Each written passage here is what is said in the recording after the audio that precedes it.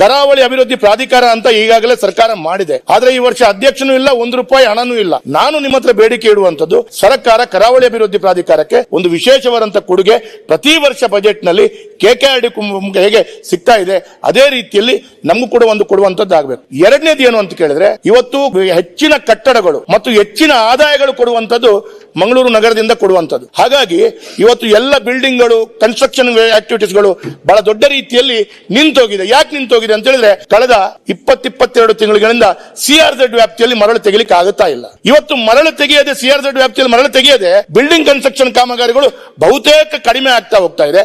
ಅದರ ಮಧ್ಯದಲ್ಲಿ ಅದನ್ನ ಹೂಳೆತ್ತದೆ, ಆ ಮರಳು ಹೂಳೆತ್ತದೆ, ಮೀನುಗಾರಿಕಾ ಬೋಟ್ಗಳು ಹೋಗದೆ ಅಲ್ಲಿ ಮೀನುಗಾರಿಕಾ ವಲಯದವರಿಗೂ ಮೀನುಗಾರಿಕಾ ಬಂಧುಗಳಿಗೂ ಮೀನುಗಾರಿಕೆ ಮಾಡ್ಲಿಕ್ಕೆ ಆಗದಂತ ಪರಿಸ್ಥಿತಿ ಬಂದೊದಗಿದೆ. ಹಾಗಾಗಿ ಅದಕ್ಕೆ ಕೂಡ ಮೀನುಗಾರಿಕೆ ವ್ಯವಸ್ಥೆಯಲ್ಲಿ ಪ್ರತಿ ವರ್ಷ ಹೂಳು ತೆಗೆಯುವಂತ ದೃಷ್ಟಿಯಲ್ಲಿ ಅದಕ್ಕೆ ಕೂಡ ವಿಶೇಷವಾದಂತಹ ಒಂದು ವ್ಯವಸ್ಥೆಯನ್ನ ಜೋಡಿಸ್ಕೊಳ್ಬೇಕು ಅಂತ ಹೇಳೋದು ನಂದು.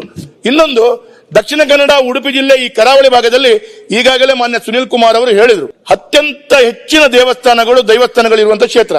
ನಾನೊಂದು ಸುಲಭದ ವಿಧಾನಗಳನ್ನು ಹೇಳ್ತೇನೆ ಸರ್ಕಾರಕ್ಕೆ. ಇವತ್ತು ಏಕಗ್ರೀವ ದೇವಸ್ಥಾನಗಳಿದೆ ನಮ್ಮ ಜಿಲ್ಲೆಯಲ್ಲಿ. ಅದು ಇಂಡಿವಿಜುವಲ್ ಅಲ್ಲ.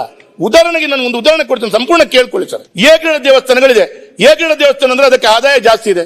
ಆದಾಯ ಜಾಸ್ತಿ ಇರುವಂತಹ ದೇವಸ್ಥಾನಗಳಲ್ಲಿ ಆ ದೇವಸ್ಥಾನಕ್ಕೆ ಬರುವಂತ ಮುಖ್ಯ ರಸ್ತೆಗಳಿಂದ ಹಿಡಿದು ಆ ಪರಿಸರಗಳನ್ನು ಅಭಿವೃದ್ಧಿ ಮಾಡಲಿಕ್ಕೆ ಆ ದೇವಸ್ಥಾನಗಳಿಂದಲೇ ಹಣವನ್ನು ಉಪಯೋಗಿಸಿಕೊಂಡ್ರೆ ಆ ಬರುವಂತ ಭಜಕರಿಗೂ ಕೂಡ ಅವಕಾಶಗಳು ಜಾಸ್ತಿ ಆಗುತ್ತೆ. ಇಲ್ಲದ್ರೆ ಏನಾಗುತ್ತೆ ಅಂತ ಹೇಳಿದ್ರೆ, ರಸ್ತೆಗಳಿಗೆ PWD ಅಥವಾ ಇನ್ನಿತರ ವ್ಯವಸ್ಥೆಗಳನ್ನೇ ಜೋಡಿಸ್ಕೊಳ್ಬೇಕಾದಂತಹ ಅನಿವಾರ್ಯತೆ ಇದೆ. ಹಾಗಾಗಿ ಇದನ್ನ ಕೂಡ ಒಂದು ಮಾಡಬೇಕಾದಂತಹ ಅನಿವಾರ್ಯತೆ